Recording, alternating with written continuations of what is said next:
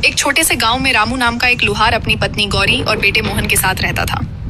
रामू सुबह होते ही अपनी भट्टी जलाता, लोहे को तपाता और हथौड़े से औजार गढ़ता। गांव वाले जो भी काम करवाते बदले में कुछ पैसे या अनाज देकर चले जाते।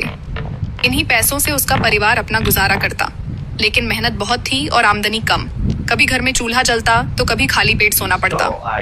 गौरी अक्सर परेशान होकर कहती, रामू, तुम दिन रात इतना काम करते हो, फिर भी घर में सुख क्यों नहीं आता? रामू हमेशा मुस्कुराकर जवाब देता, गौरी, मेहनत और ईमानदारी का फल देर से ही सही पर मीठा जरूर मिलता है। छोटा मोहन भी पिता के पास बैठकर उनका काम देखता।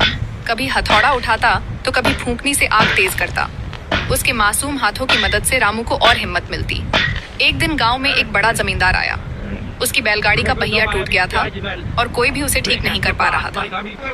जमींदार ने ऊंची आवाज में कहा, अगर किसी ने मेरा पहिया ठीक कर दिया तो उसे बड़ा इनाम मिलेगा। सभी गांव वाले रामू लुहार के पास दौड़े। रामू ने टूटा हुआ पहिया देखा।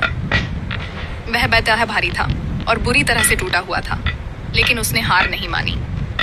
रामू ने पूरे दिन और पूरी रात बिना रुके मेहनत की। उसके माथे से पसीना टपक रहा था, हथेलियां जल गई थीं, लेकिन हिम्मत नहीं टूटी। अगले दिन जब जमींदार आया तो उसका पहिया बिल्कुल नया जैसा लग रहा था। जमींदार बहुत खुश हुआ और बोला, रामू, तुम सचमुच काबिल और ईमानदार आदमी हो। अब से मेरी सारी गाड़ियां और औजार तुम ही बनाओगे। उसने रामू को ढेर सारा अनाज, अच्छे कपड़े और मेहनत की पूरी कीमत दी। रामू, गौरी और मोहन की आंखों में खुशी के आंसू भर आए। अब उनके घर में भूख और तंगी की जगह खुशियां आने लगी। मोहन भी स्कूल जाने लगा और पढ़ाई करने लगा। समय बीता, मोहन बड़ा हुआ और पढ़ लिख कर इंजीनियर बन गया, लेकिन उसने अपने पिता की मेहनत और ईमानदारी को कभी नहीं भुलाया। वह हमेशा कहता,